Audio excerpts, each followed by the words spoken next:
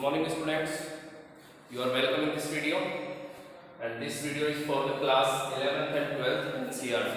Okay, and today we will start the topic article. Okay, as the given in your syllabus for 11th and 12th. Okay, you should remember that this topic is important. Okay, in what criteria it is written, what are the rules, in what format that is written, okay, and what type of the content should be included to write an appropriate article. Okay, so let's see what is the article, and you should know that article is not the use of a and the. It is not. There is no any meaning of the use of the a and the. There is an article mean to make and clarify a topic which is related to the issues of the present. Okay, यानी कि हम बात कर सकते हैं कि present issues जो है, प्रेजेंट किसी चीज को लेकर अगर कोई मुद्दा बना हुआ है, कोई इश्यू बना हुआ है, और ऐसा कोई सब्जेक्ट जो यूनिवर्सल होता है, ऐसा कोई सब्जेक्ट जो सोशल होता है, ऐसा कोई सब्जेक्ट जो पॉलिटिकल वे से इंपॉर्टेंट होता है, तो ऐसे टॉपिक को क्लैरिफाई करने के लिए, स्पेसिफाई करने के लिए हम क्या करते हैं, उस पर अपना एक थॉट जो है या उसके लिए हम जो सजेशन दे सकते हैं उस बारे में हम एक नोट टाइप करते हैं, एक नोट लिखते हैं, और उसमें हम उसकी सही कंडीशन क्या है, उसकी प्रेजेंट कंडीशन क्या है, ओके, क्या जो सब्जेक्ट जो चल रहा है,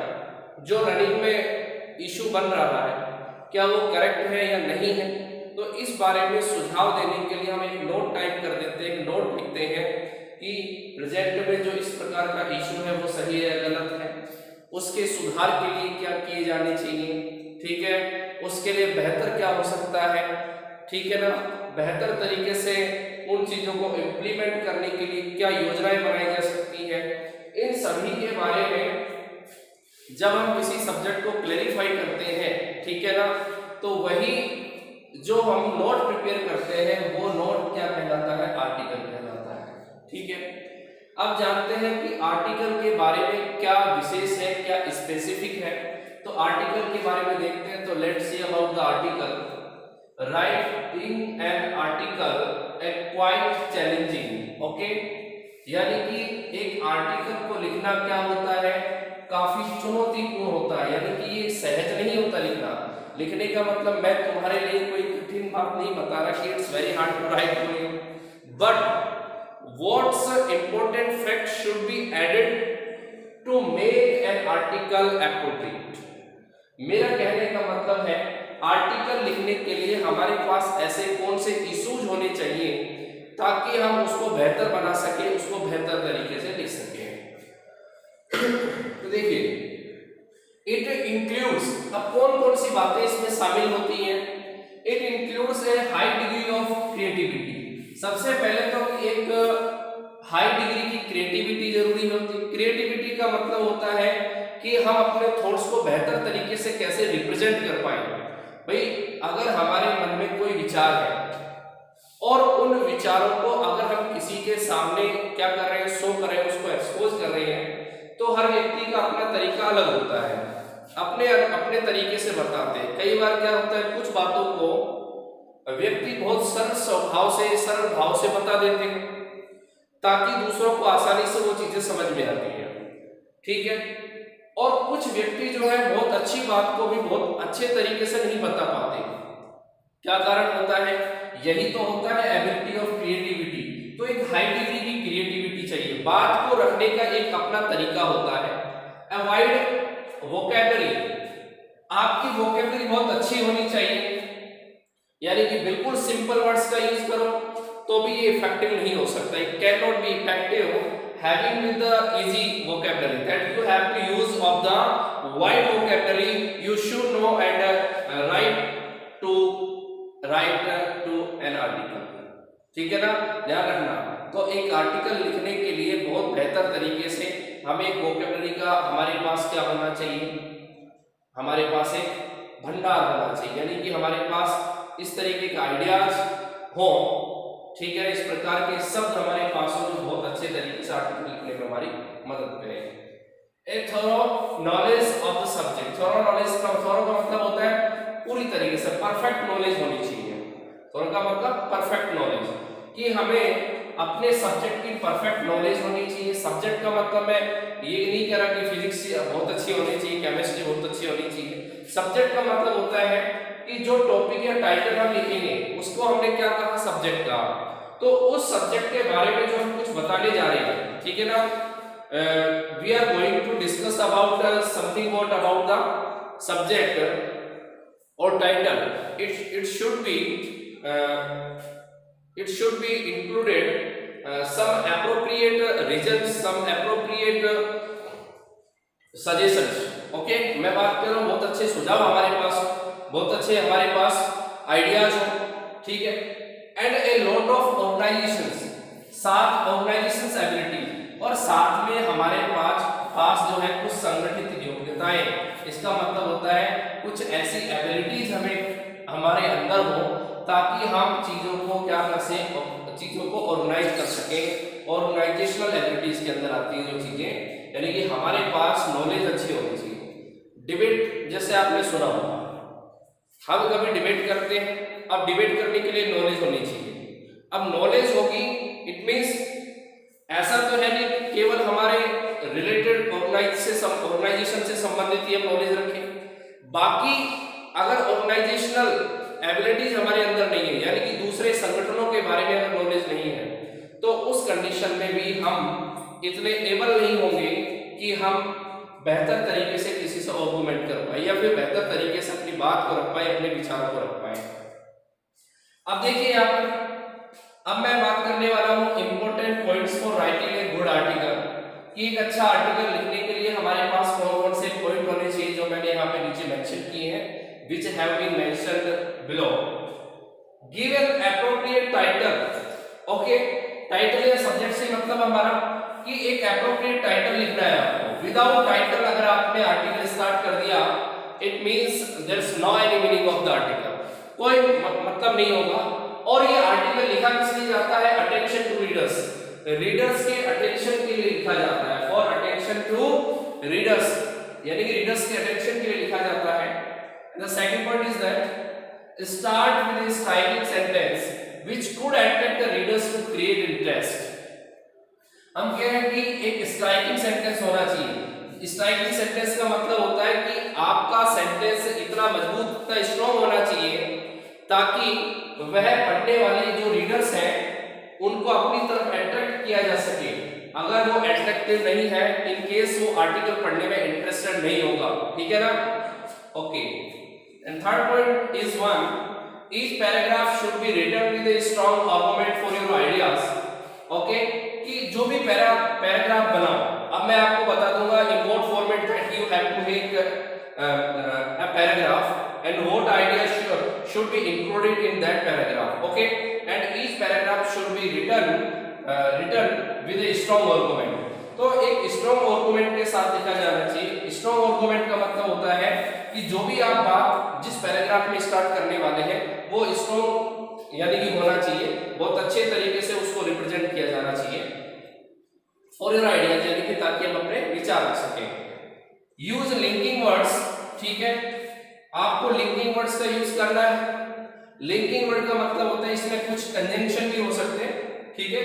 लिंकिंग वर्ड का मतलब होता है किसी बात को जोड़ने के लिए, यानी कि जैसे दो बातें हैं, उन दो बातों को अगर हम रखना चाहते हैं, हमारे पास कई बार क्या होता है बीच में कुछ शब्द ऐसे आते हैं जिनको हम नहीं जानते, we don't know about how to use an appropriate linking device, ठीक है ना, to combine two and more sentences, ठीक है ना।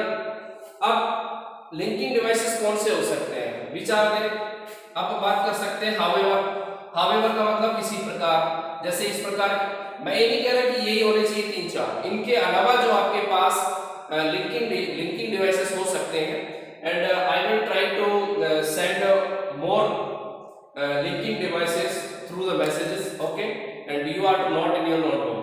However, therefore, although, even though, in order to etc. Okay, किसी प्रकार से therefore इसलिए, although क्या हुआ, यद्यपि, even though ये क्या होता है, भले ही, ठीक है, जैसे कहते हैं कि भाई ऐसा हो रहा है लेकिन भले ही शायद ऐसा ना हो, तो शायद संभवतः जब सब कुछ ठीक हो, तो इस तरीके से भले ही शब्द का यूज आपको इवन दो के साथ करना है, इन ऑर्डर टू, और इसी क्रम में, यानी कि क्रमानुसार।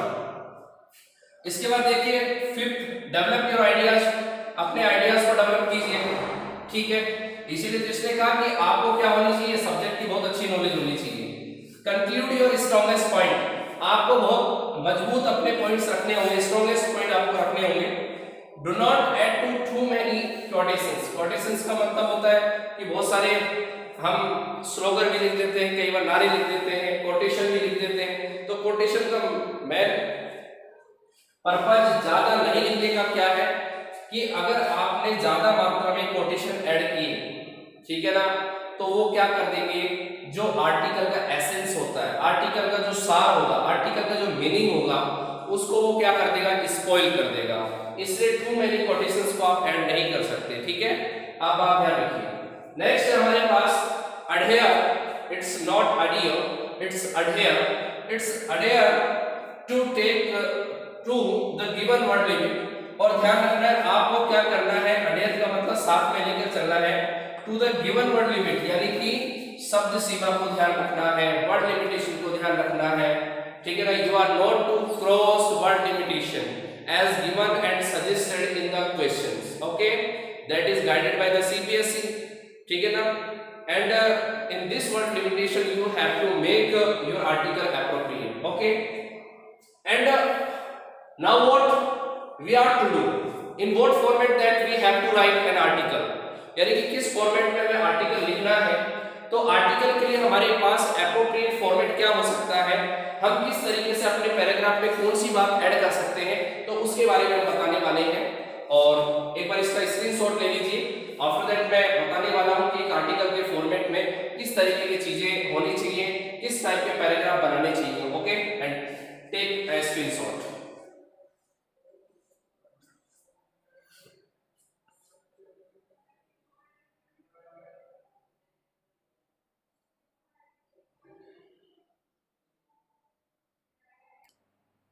Okay, so let's see the format, in what format that we have to write an article।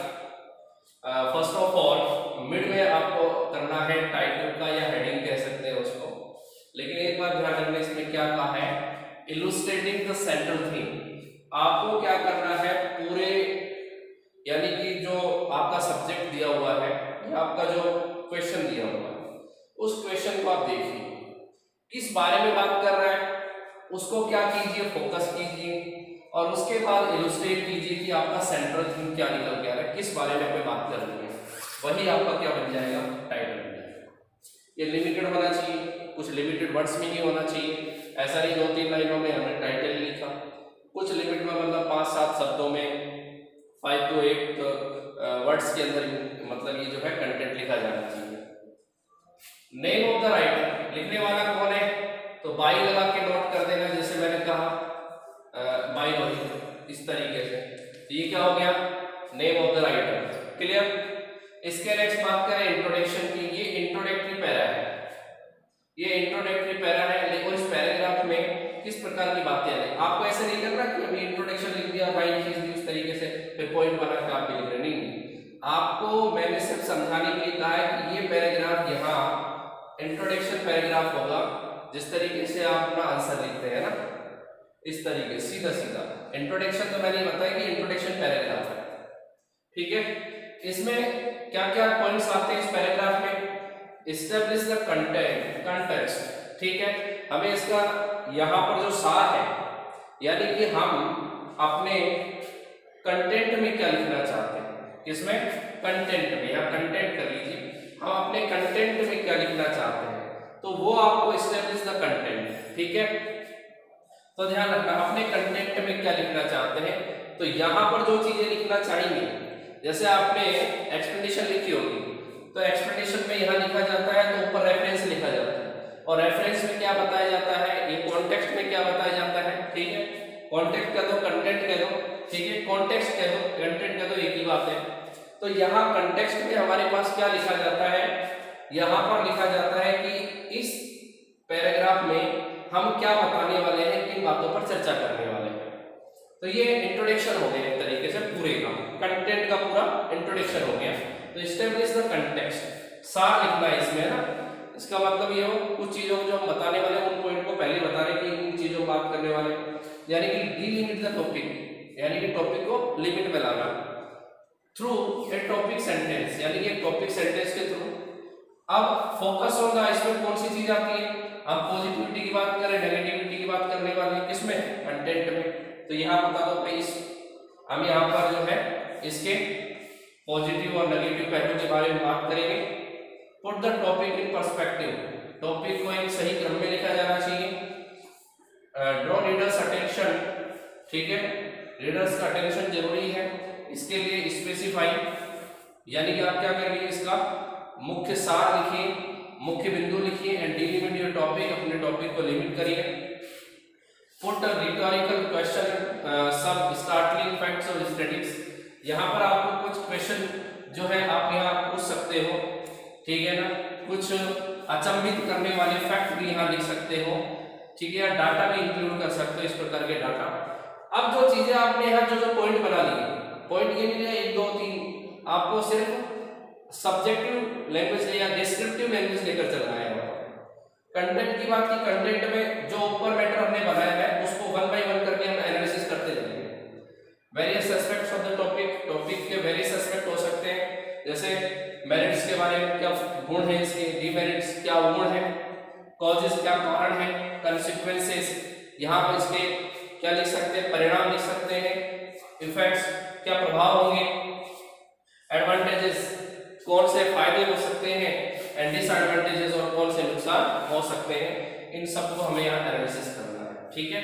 और इन्हीं पॉइंट्स के बारे में यहाँ हमें संक्षिप्त में बताना है, यानी कि हमें यहाँ एज समरी में लिखना है और इसको पूरा हमें इसको क्या करना है, डिफाइन करना है। एंडिंग एंड कंक्लूजन, देखिए यहाँ पर आपको ओपिनियन देने हैं, अपनी राय देनी है। तो यानी कि राय जो ओपिनियन होंगे सबसे लास्ट वाले पैराग्राफ में लिख देना, गिव योर ओपिनियन, अपनी राय, कोई कमेंट्स हो, क्रिटिसिज्म, किसी प्रकार की आलोचनात्मक आप बात कर रहे हो, रिकमेंडेशंस, यहाँ पर कोई सुझाव आप दे रहे हो, कंक्लूड में देखो कोई आशा के साथ आप नोट कर रहे हो इस तरीके का काम जो है वास्तव में किया जाना चाहिए होगी। वार्निंग, चेतावनी भी दे सकते हो उस चीज के बारे में, लेकिन ये डिपेंड करता है आपके सब्जेक्ट पर, यानी कि आपके टाइटल पर। एन अपील, एक अपील कर सकते हो, अपील का मतलब कोई मुद्दा जो है उसके ऊपर आप किसी से रिक्वेस्ट या आग्रह कर सकते हो।